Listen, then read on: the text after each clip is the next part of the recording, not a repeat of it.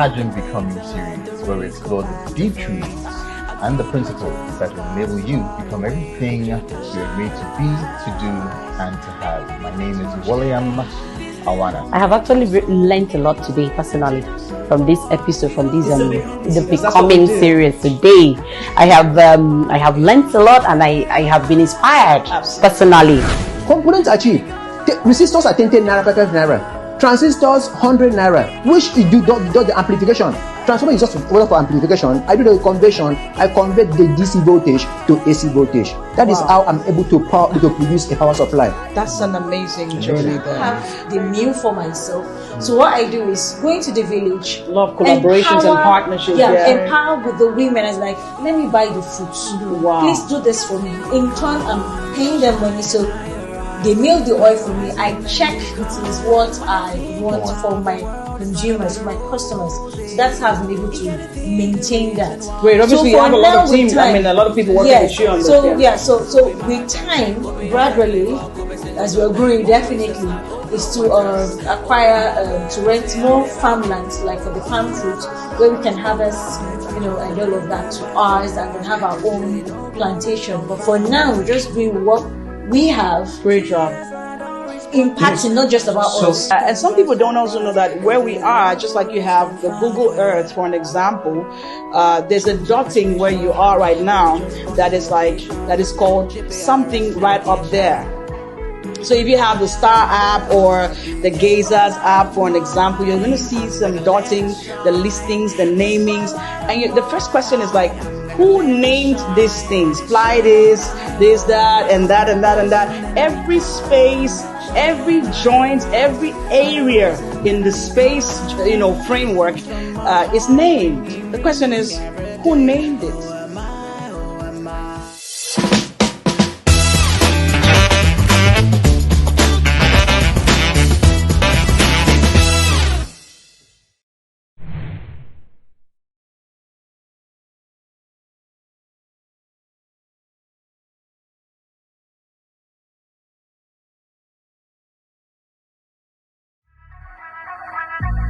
Questions from my heart, ringing every day. Who am I? Who am I? Some more, believe some more, love some more. It's bright light of mine, I'm gonna let it shine.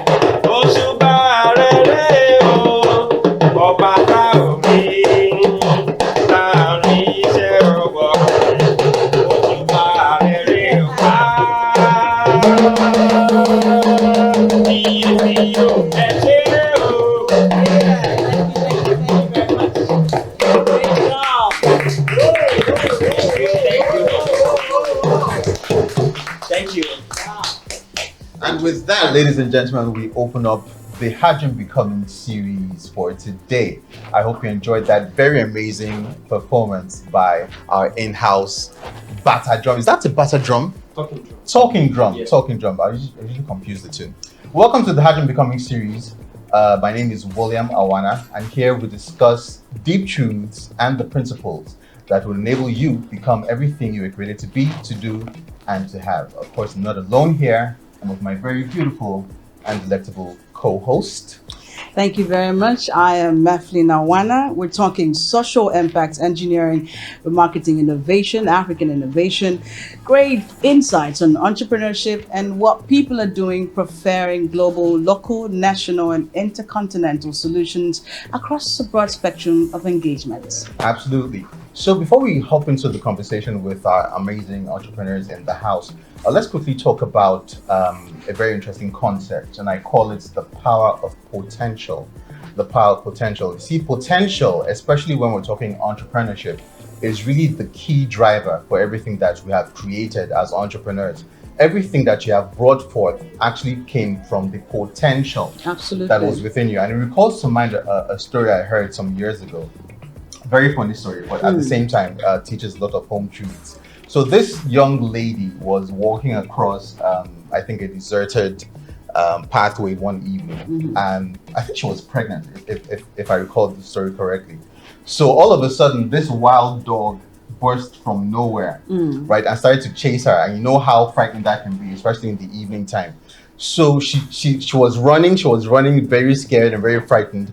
And the only means of escape, because it was a narrow street, was this house that had a very huge high gate. Yeah. Right. And she was like, oh my God, what am I going to do? But the dog was getting closer. The next thing she knew, she had scaled the gate, very high gate. Right. And she got over to the other side, and then she was safe from the dog. So when she was recounting the story the next day, and she was telling people, okay, and the dog chased me, and blah, blah, blah, and I scaled this high gate. And they're like, which gate? This gate? How can you have scaled this gate that's so high? Yeah. And she was like, she didn't know how she did it, but she did it.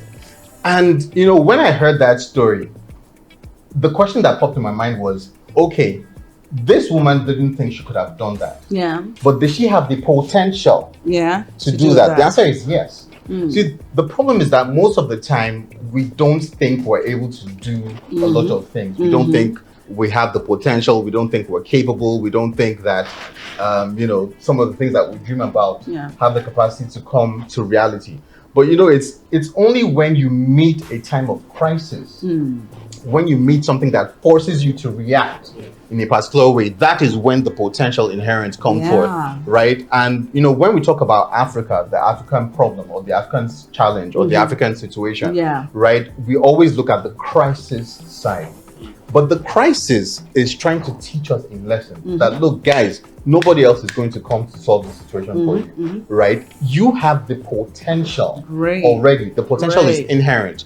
The ideas that you have, the products that you're able to develop, the creativity that is inherent, all of these things have been put inside you so that you can solve your problems by yourself. Absolutely. Right. So I think that's a great point for us to take up the conversation. That takes us right into human capital as a very focal frame of societal development. We can't even begin to have a conversation without understanding the fact that inert and inside each and every one of us, we have what it takes to actually move the society forward. Absolutely. Has nothing to do with government, has nothing to do with anybody. It has everything to do with that one person who would say, I want to take everyone to Jupiter. I want to be able to build on Jupiter. I want to be able to do this. I want to be able to make that thing happen. And so the person starts that journey, and then we begin to see the solutions and the potentialities inert in the human mindset.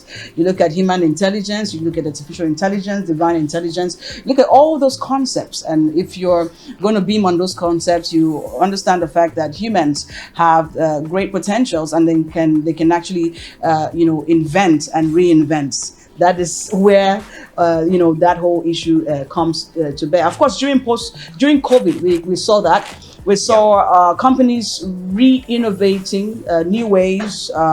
Some people had to do go home solutions, and then some had to go to the offices, and as it were. We saw big companies also, reorganize to train people and restructure for new ways to work, new ways to work, engage. Of course, skills. People also had to engage in understanding new ways, new skill gap frames, and how to reskill for the new workspace and reimagine the connected economy. and how work is supposed to be post-COVID. That is ongoing, and that's still ongoing, and that's what it is. So human capital remains that very resource that we have. At some point, I thought that humanity wasn't going further until we saw Elon Musk disrupt the space tourism frame, and we also saw Arnold. We also saw the guy doing that big thing. And then today, even in Nigeria, the last rating for Forbes, the last rating for Africa's the favorites, downscaled Africa's favorites, and that's to show us that Johan was doing a lot of work in just where he is. Yeah. I mean, pretty much where he is. And so that is very amazing. So while you think that no one is working, everyone is working, people are doing stuff. So while you think that Google is the real deal, ChatGPT is coming through, and several other AI solutions. Who knows what's going to happen? Who knows what's going to happen next? And lastly, just before we get into the conversation, where people are doing Netflix, YouTube, or Rock TV and the rest of them, cable TV, terrestrial, and all of that, we still see that lots of people have gone viral, and they're saying that movie making is supposed to be zero gravity. Yeah. So that takes us to the mind of the human and how potentially viable the human mind can actually express itself. So talking drum. Can you let us in? Let us in on that capital inside of you, that whole human. Is this how you talk? You start like that? Yeah. So tell us, what do you want to solve as a problem with this? What's the industry you're trying to Okay, engage? entertainment industry. Right. To entertain with this musical instrument. This is not the only musical instrument I play. I'm a musical instructor. So, and I have people that work with me, but this is part of the major because I came from west part of the Nigeria. So I would love to entertain with this because why it's called talking drum is because it talks. If you can see anything, I will try as much as possible to pronounce that. I can remember the other day when I was at a meeting with the present government in Akwa Ibom State. We just want to see people. So I just played something, I just welcomed him, and he connected the mic and said, I want to say what the talking drum said. And he said exactly the same thing talking drum. So I was so happy. So I really want to bring it to the entertainment. I know it's well known, but with a gift God has given me with this, to bring it in, to say a lot of things about my culture, to proclaim either God's work or any way I find myself, and at the same time to bring the young folks that are coming up to, because I train musical instruments, I train children, and at the same time adults. But I think I was called to train children because I've been doing it for the past 21 years. Wow. Yes, so kids and everything. So I would love it to at least to be welcome in all parts of Nigeria. Either Yoruba, Hausa, Igbo, Calabar, Efik, so that to be able to bring this into the music industry and to entertain.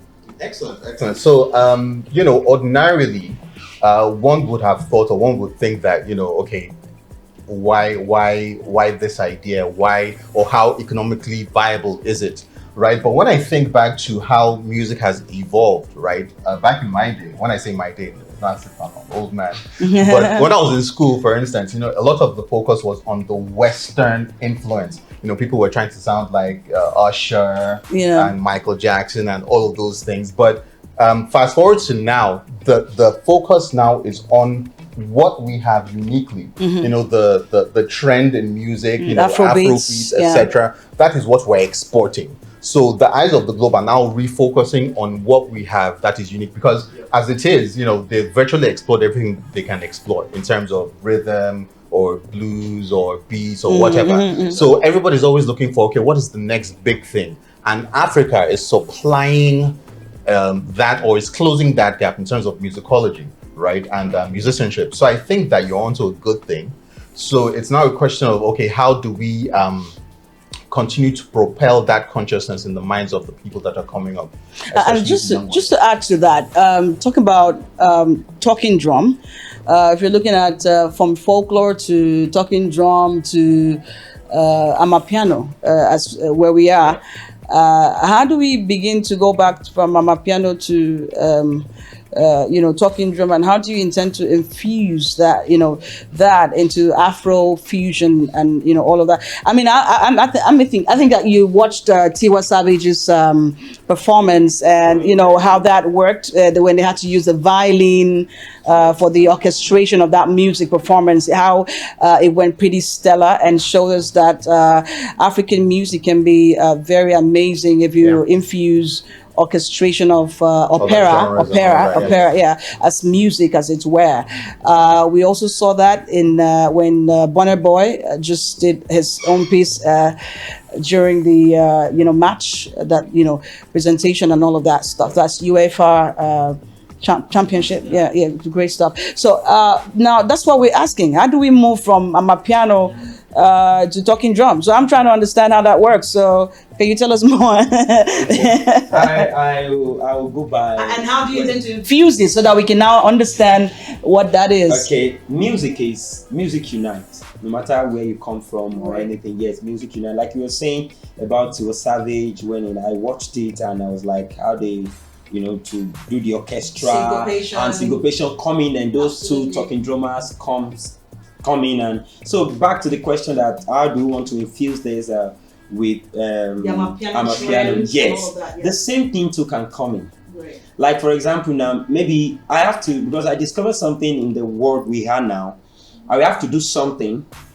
Maybe get to studio. I'm a producer also. Yes, so to get the amapiano, just do something on amapiano and give a space, even as that amapiano is playing, because I know what is trending now. Place a soft tune here. Even the amapiano that is playing the tune, then for example, the percussion is the percussion, inside. Yeah. Then at the same time, to bring this in, this one can be talking, can be saying what the amapiano is saying, what those foreign musical instruments, the violin, anything violin, piano, bass guitar, lead guitar, saying this one can come in there. Just like Selena Gomez, what she does with that presentation she does. Exactly. She just takes from what you say and then she starts singing and all of that stuff, which is what it is. Exactly. So music is unite. I usually tell people that I don't know if I will survive if there is no music in the world. So how do you make money? Okay. How do you impact lives away from the fact that you're healing souls invariably? Okay, making money. I'm an investor, so good. So how I can make money here? Let's say, are you talking about the talking drum alone or music? Normally, generally music. We ain't doing Father Christmas, Okay, no. Yeah. So how I make my money is actually I'm not there. I'm just starting. You're becoming. Yes, you're not just starting. Exactly. You're becoming. I'm becoming. So how I make my money is I go to studio, try to produce. I have a lot of songs that have not been heard. So I used to tell my friends that I just keep them so that I won't forget. So now, if God bless me and I'm able to bring out, and there's none of my songs that doesn't. Amen. And now, so if I'm able to bring out this thing that infused the same thing that you're talking about. And God can just make somebody to listen to it. And, wow, this is nice music. Now I've not been making money, but at least no matter how small it is, I'm making something. Great. So I just go to studio, make a song. Sometimes I do voiceover. I play this alone, or I just make some soft tune and put it on here. Then somebody can just listen to. Okay, can you come and perform this somewhere? For example, now Frank Edward, maybe if it is on a line. Is already blown. Let me just use that word. So now, for example, they call me to come and just minister the song that they have been hearing on radio and stuff like that. They say, okay, this is what I charge. So from there, I can.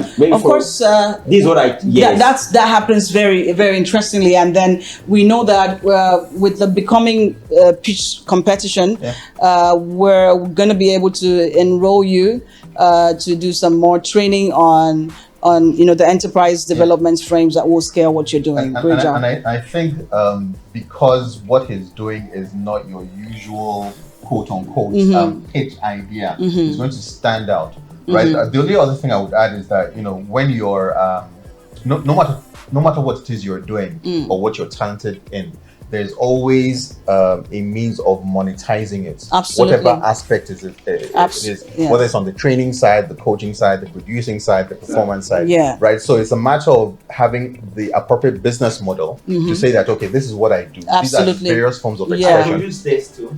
Exactly. All by yourself? Yes, I produce. So where do you get the materials? Yeah, I get this material from Akure Ekiti. This wood. So there's a way I This carve is it. locally sourced. Yes, I can carve So, it. so invariably, and- you're making money, but you're not telling us how you're making the money. That's I'm still what I talking. see. Yes, exactly. I'm still talking. I'm just talking about the production level. But now, producing this, I can make money if I get enough money. Like this one, I produce it myself. Beautiful. That's amazing stuff. Yes, carve this wood, then make this from cow. I made this from the cow skin, and this is the soft part of the cow the same way, and carve this wood to, because this is the wood that produces the sound. So because if you misses it, it takes me a lot of time to know how to carve the wood, because that's where the tone, that's where it's called talking drum. What kind of wood does that? Ichaka wood. There's yes, there's a wood they call Ichaka wood. Where did you And find there's it? Where did you find it? you find it in Ogun State. You can find it in Akure. It depends on the end. You know, there's some people that specialize on it. There are some wood you're going to use that is not going to talk. It's not going to produce sound. So there are some, I've not gotten to that extent. So there are some people that would consult that they, okay, this is a talking drum. This, you know, just like firewood. There are some wood, some people will say this one will not bring light at all. So the same way with this one. So there are some people that specialize on it, that knows the particular one that gives sound. Amazing. Yeah. So with this, I made this. It was yesterday that it dries off, so I said, okay, let me bring it when I was speaking to So where do you get that cow? Cow. Cow is costly now. So everything. 1,000 naira per range. Everything is expensive, and at the same time, not all cows. Again, too. Wow. Yes, not all. Wow. So yes, there's specific one that you need to use. Wow. Yes, that can play well and give sound also. So, Cow. so is there a particular market for this kind of house? Yes, there's market for it, but that doesn't mean you will not eat the meat. There's just the outside part of it that you need. So there's some people that specialize on that, different from the one that specialize on the particular one. I think Africa's arts and crafts is something to tell. I mean, Very it's deep. another story. I think it's a big story for another day. It's a whole segment. It's a whole segment. It's very deep, and that's why we hear a lot of stories around, how some people had to take it to some other places some time back. Although we won't go back to historical relics and all of that. But it's beautiful to see that the type of cow matters, the type of wood matters, and it's amazing. So how do you make money? Okay, I can produce this. Yeah. If I can make this like in 2 weeks. I'll be able to produce at least about 5 pieces. If I have all the Where do you sell it and You said? like where do you sell it? Okay, yes, for like, of course, we already know that this market well in West. That's Yeah, it. sure. Yes, not a hand. So I just immediately I made it. I can produce this. I put it on market and look for market online or take it to the West or this thing, and people come for it. Even this part of this country of Nigeria, this east and Sounds south here, they have this now. They have just bring it in, and I have some market here too from Port Harcourt. Like we said earlier, ideas are just about you. It could be groundnut in my mouth or your mouth, but it's $1 billion in another person's hand. The whole industry. And the whole industry in another person's hand. And then the fact that you have lots of Africans living in the diaspora across the globe. So, having to have that across the globe too. So it's a need across the globe. I think that's what it's most important to highlight. So we go right back to the women doing this whole thing, driving innovation, preferring solutions. Can you tell us more about yourself and what you've been able to bring to the markets? Okay, thank you very much. I'm very grateful for this opportunity to talk about my entrepreneurial skills and what I do. what I do which add values to us as a person, and as women and as humans. I focus not on the female gender, but I actually see to assist both gender to become their beauty at the peak. I am a professional barber and glossy lips. I deal with glossy products, lip gloss and other cosmetic aesthetics. I barb, and I began my interest in barbing by seeing the need for men to look beautiful. I mean, their haircut is their makeup. I should tell you. Yes, the men's makeup is their haircut. You see, they don't have to put on powder, and then most time they just rush. If they have that look, that definition, I mean, it's over. Wow, what is really, I heard the word for men to look beautiful. That's not even handsome. So how has the journey been? Okay, I started barbing with that interest, and so far it's been really, really wonderful. I don't just barb because I want to barb, but I barb because I want them to have that definition. I want them to know that yes, society really cares, someone really cares. So most times it's not about giving them, but those little finishing touches. You come back and your husband comes back and yes, he has got. And then the men actually, if you look at their hair, they place more value. They place value on their hair, and you may never know until you are in this field. I mean, one mistake through maybe a line spoils everything. You shift the hair, it spoils everything. You care for a man through his hair. I'm telling you. Like yes, you could reach his heart through his hair. Have you heard that? Yeah, I heard it. I mean, I'm hearing. Yes, that is really it. So barbing has been really, really wonderful. To me, it was something I could relate to because it's my passion. It's what I love doing. So I have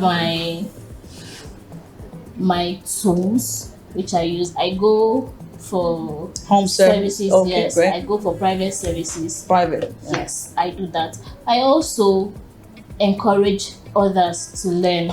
I do self-made dreadlocks, and then due to my environment, I try to develop myself because of the environment I have to make myself important where I am. You have to gain from where you are. You're not just there. I stay in the school environment where those opportunities are there. So I barb. I barb the people there. I assist them look good. Maybe the money they have is not up to getting a haircut outside. I give them at a discount rate. Yes, that is to make myself more accessible and then grant them their desire, because I know that I'm growing in business, and then very soon they will know that value that you bring into the table. Yes, that is it. That's and amazing. This is my product here. Right. Lip gloss. So you thought it was important to look out for the women too? Yes, I really don't want anybody out. Yeah,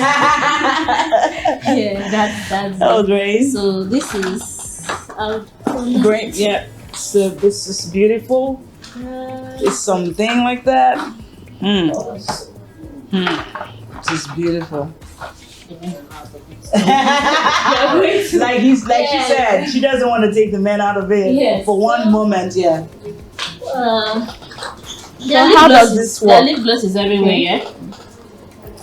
No, but this is magnetic. There is lip gloss and there are lip glosses. And this is the lip gloss. Wow. I love producing lip gloss.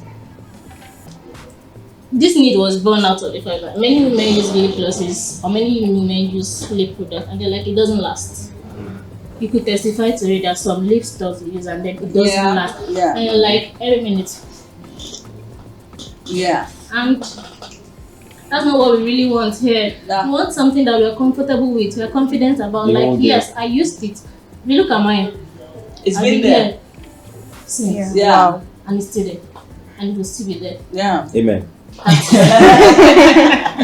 Yeah, that is the goal. Wow. To give that comfortable and long-lasting confidence. That's why I sell this lip gloss and I produce it. However, that's amazing. There are obstacles. And so you're open to investor relations and all of that. I am open to all of that. And partnerships and collaborations. Yeah. And anyone can take this up, and then you do brand engagements like the top rangers. Yes. Great. So innovation. Okay. In Africa, is evolving. What's your contribution? Okay, my contribution is in the engineering sector. Okay, so I install air conditioners and refrigerators. Okay, so you might know air conditioner is just a way of giving you comfort in your house. There are people that come and after installation you still have problems, you're not comfortable, even when you know it's expensive. So my own brand will come out professionally, take time and make you enjoy your money. So it's a service engagement oriented frame that you're operating. That's amazing. So what is the unique proposition there? Yeah, it's a satisfaction. You being happy. There's how you come to deliver services and somebody's like, maybe you had a price tag already and after everything you're like, okay, let me just add this to you because I'm very, very happy and satisfied. And you still call back to tell you, okay, can I refer you to somebody just because you did very well? I must just recommend you for that. So great. So you can go ahead. Yeah, so it's the excellence to which you bring to your service that really stands you out. Because I was going to ask, in such an environment, the environments you operate in, we could typically say that these things happen to come a dime a dozen. As like I can just pick up my phone and call somebody to come and install my AC. So why would I go out of my way to call you in particular? But you just answered that question by saying that you focus on the satisfaction of the client, which is not something that tends to happen. People just come out here and install your AC and bye bye, right? But if you go out of your way, which I think is a huge lesson for business operators, when you go out of your way to ensure that the client is totally satisfied with whatever product or whatever service you're delivering, that leaves a lasting impression in his or her mind. And they say, okay, this guy understands that, he's trying to prioritize my comfort. So therefore, I would always prioritize him in return. Great job. My mind concept is always pretty much very volatile. So when I listen to any entrepreneur, I try to take a piece of the seed and then make a forest out of what he's saying or she's saying. And he's talking about service-oriented frame, an industry like that. And I'm looking. There's a concern around having technicians or people who do those things not pretty handy. And you want to be able to, in this era of conversational commerce, just be able to click on a button and, you're able to get someone to sort your AC out and all of that. What solutions are you thinking about in that area? Because I want to come on an Upwork, not Upwork there, but like a job board invariably, online, and I'm able to just click and, I have a cohort of, people who do these things, the plumbers, the guys doing all of these things, the artisans invariably, just like you're having a cohort, a community where everyone comes together. How are you thinking towards that direction? Yeah. Probably just everything centered on having trainings to me. My own brand, everybody I work with, my workmen and probably if you're a casual worker, permanent worker, you go on trainings every 3 months. That's great. The importance of the training is to make sure that you are fit for the work and going on delivery, like what you are going for. It's not just about making you satisfied and happy. And serving. And that's how. So what are the numbers you've impacted so far? Like my clients or the trainings you talking about. You say you're building a cohort, like a community. So far 15. Great. Yeah. And we're still going because I don't really rush. We don't barely rush. We take our time. And taking our time, you do it gradually. You don't rush. So I'm sure on this Becoming series, we've given you an idea that we'll be looking out for you just to make sure that we just can have a click through and then call artisans to come to wherever. Yeah, and as an aggregator, which is what it's tending towards, because in the sort of job that you do, working with your hands, anything can happen. We don't pray for that, but anything can happen, right? So in the circumstance where something does happen, you want to be able to have a fallback, right? Okay, I'm not working with my hands anymore, or even if I want to move on, I've built up a structure, right? So I, as an aggregator, I can leverage the skills of my people such that everybody is winning. I'm winning, they're winning, clients is winning, and all of that. So you can continue to build a business model around that and have it scale continuously. Okay, right. So we still have lots more entrepreneurs with great ideas, and so we have right here, Laura. Can you let us in on what innovative frame you're driving to contribute to societal development? Thank you very much. Well, I am a makeup artist, and my contribution to the society is restoring confidence. Like, no matter how confident women feel, like they like to think that, okay, we're confident in our own skin and all of that, you could see that makeup actually dates right back from the 1600s, 1700s, 1800s. Like, there's no society without makeup. So there are actually hazards to it, and then what I do is to provide the best, like satisfactory products. You know, when I make you up, you feel light on your skin, you feel confident, and then you can actually look at yourself and be like, oh, this is me. Like, I feel enhanced instead of, you know, totally changing. Absolutely. You get? So, absolutely. Yeah. So that's the old drive. That's the old aim. And you could in the society now, I think in 2025, makeup generally, globally, is going to rate at about $800 billion. So you could actually see that something fast rising. It's something, you know, it's everywhere now. It's fast rising, and this is a passion for me, because like I actually started while I was, I think, 7.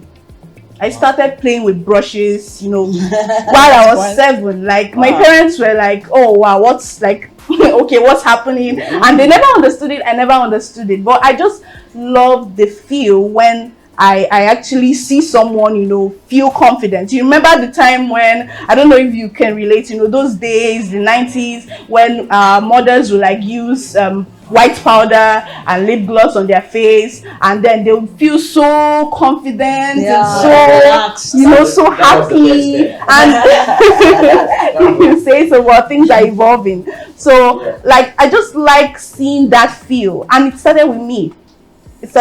When I apply lip gloss on my skin, and I just love the way I feel. So I just sat back and I thought, if I could feel this way, 1 million more people can. And it's a really good feeling, like, for real. So makeup to me is an expression. I think the advanced frame of what we're looking at when it comes to body makeovers and all of that, we see the bum lifts, we see the enhanced frames and all of that. And so someone would think, what would be the makeup frame? Are we going to have a mask, and then we just put the mask here, and then when we take the mask out, you're made up already, and then you go. Because the world is evolving. So what is your frame in that industry focus? Well, you know, right now we're still having like problems with that aspect, because, for example, trying to make someone up and finding the person's right shade is a problem. I know people like Rihanna, like lots of Fenty, Kylie, they've tried producing products that could actually solve that problem, but we're not there yet. I don't know if you get what I mean. We're not there yet, because we're still trying to make makeup feel like skin. Makeup is not yet skin. It's not yet skin. So we're trying to make it advanced feel form. So in the coming years, it's going to feel like skin. It's going to match seamlessly, and it's going to be effortlessly. It's going to be fast. I think I can't actually wait for that imagination. What the future is for us. Makeup 100.0. Yes, I cannot wait. I cannot wait. Okay, right back to you. Right. Well, I don't have a lot of ideas about female makeup, but I think the trend of the conversation, you know, just panning around the room and thinking about what has been said here so far, we're looking at not just the way things are currently, but how they're evolving, right? And it's important for us to be able to not just see how things are right now, but how we're going to play catch up.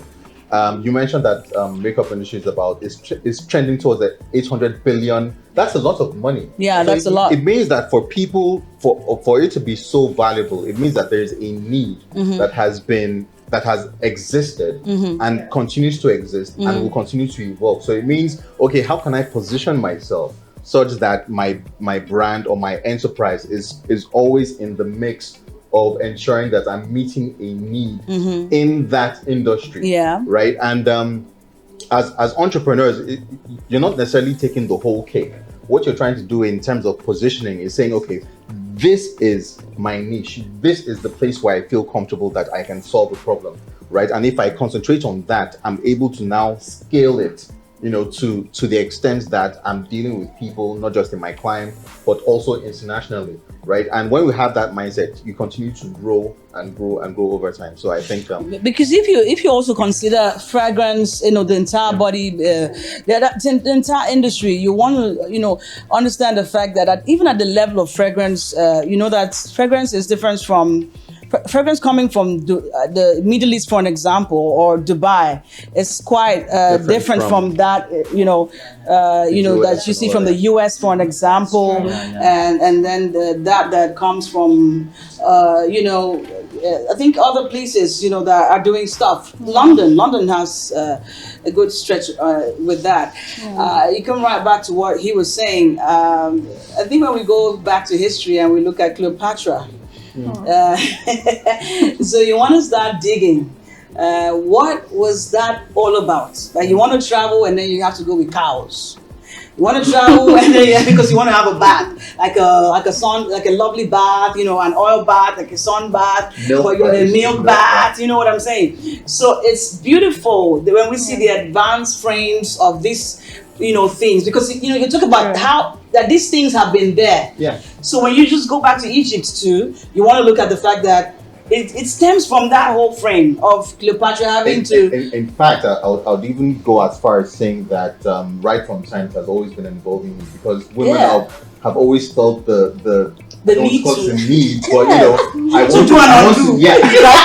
Exactly. I want to be beautiful. I want to feel beautiful. So it's psychological more than anything else. So if you're able to meet a psychological need, you will always be relevant. And of course, the sense that the sense that they had some time back, So I think it's something to go right back into, and then of course, I think until we get to skin, we're not yet there. Yes, we're not there yet. Yeah, and until we get to the platform where we can have artisans, just click, not like Upwork, not freelancers only, but stuff we can actually get to touch up, and that looks good. And also for the barber, it's amazing. We have some friends who have they spend hundreds of millions of naira setting up their barbing shops, and that's amazing. So I'm sorry to interject. I was going to ask a question, right? Because when you mentioned barbing, I was intrigued, because we know that, well, especially in this part of the world, that is what you call a male-dominated space, right? But here you are.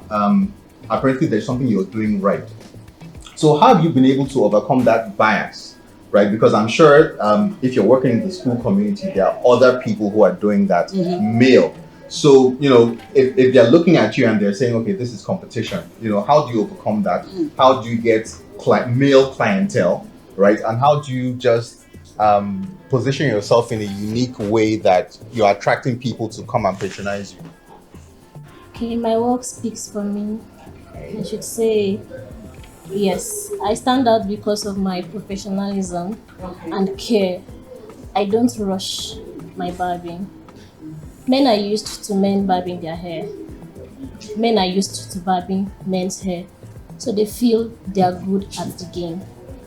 Actually, when you're in such environment, you work extra hard to stand out. Yes, you do that. And also, at first, it was always a trial. Let me just give her a trial. Yes, but I would always say use your trial as your last and your first opportunity. So that's it. Great. I did it out of passion. It's something I love doing. So my aim is to make you satisfied, make you look good, give you those sharp angles, just give you what you want.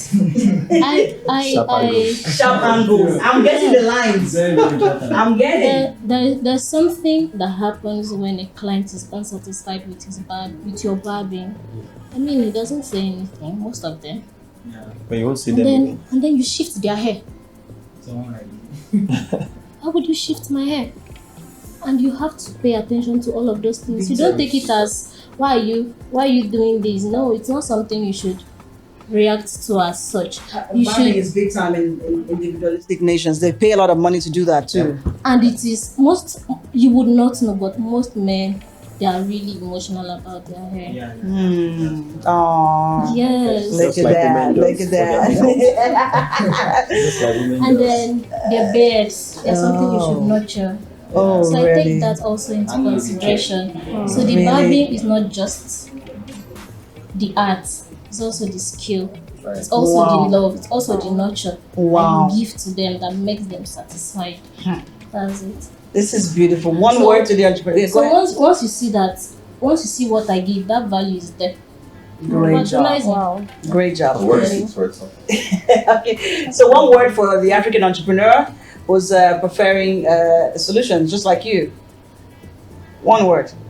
Okay, I want to say thank you for this opportunity, and if I can have this more opportunity, more than this, I will do more to produce this and to make it more circular in the society. Great job. Laura, Okay. until we go skin deep, tell us what's going on. So I am going to say to every makeup artist out there, every entrepreneur, not just makeup artists, do not stop at where you are. Keep going. The same way I said we're not there yet, we're heading for skin. The same way I'm also going to strive till I head for skin. Keep going till you head for skin. Because you're already skin Yes. and unbecoming. Yes. Okay, for me, I would say thank you first, and I would generally say it's about determination, Great. because everybody, whether you're an entrepreneur or maybe just doing business, you must always face challenge. So you must be determined to go extra mile, like she just said. Great job. Do you have one last word before we get back to the anchor? I would say there's no bias you can break. Do you know why I came back to you? You have such an intelligent way of talking, and then you're so deep that every word that comes out of your mouth, you need to do these sharp angles. You need to take it. Now you just said another one now. So we're going to listen again. Thank you very much. There is no bias you can break. And then you're seamless. Stretch it out. That's what I would say. Barbing was known as a male job, but okay. Start with the bias. There's no bias in this life. Oh God. Yeah. Thank you. Barbing was preferred as a male job, but I think I do it better. Wow. Yes, because I am the one who sees and appreciates the female, sees the male and appreciate them. You can't appreciate yourself enough. Wow. So allow this female Bible To do it. to give you that perfection. Yeah, that's what I'll say. I thought you add with your brand. I mean, talk about your brand name. I mean, allow is. Yes, my brand name is Baba Girl. Wow. Glossy lip and you. It encompasses the male and the female. So So as a male, I can use gloss. No, that's not what we're saying. We're not adding that. No lip glosses here. the male gender actually have an opportunity to care for their lips and make it soft using lip scrub. There are lip scrubs for you to use as a male gender that would enhance your lip soft, and then you give that lip that self-care. So self-care, lip care is not just restricted to the female. Yeah. Yes, I mean I'm reshuffling the both gender. Yeah, I take care of the both gender. Back to you. Thank you very much, Anchor. Right, so we started this conversation talking about the power of potential, right? And I think that it's evident that everybody here has, in one form or the other, spoken to that power, right? Because we all have the inherent capacities. There's so many things that we can produce that that some of us are not even producing, right? I remember when I wasn't speaking publicly, and I never thought I could do it. I never thought I could stand in front of people and speak or talk or communicate. But now it's as natural as breathing, right? But the potential was already there. I didn't have to call fire down from heaven, as they say, Absolutely. right? So there's something that you have that if you just dare to explore, right, can just manifest in so many forms. And you know, give me some credits, please. Yes, some credits. some credits. What's the credit, please? So I've given us some credits. So as I was saying, So what's the credits, please? so I'll also This is have on to- TV. Yes, I know. Yeah. Yes, if you allow me. So who was the one who saw the potential? So say it. God. So say it. Yeah, but you know, like I always say, God uses people to bring out the best in you, In right? He'll use the person that is close to you, the person who will have your ear, the person that will talk and you can listen to. And in this case, it was her, because she saw things in me that I hadn't seen myself. And she said, "You can do this, you can do that, you can do that. There's so many things you can do." And by listening to her, I was like, "Okay, fine. Let me begin to explore This these other latent aspect. potentials." And now we're here. Okay, great job. So potential's there. It's just right there for you.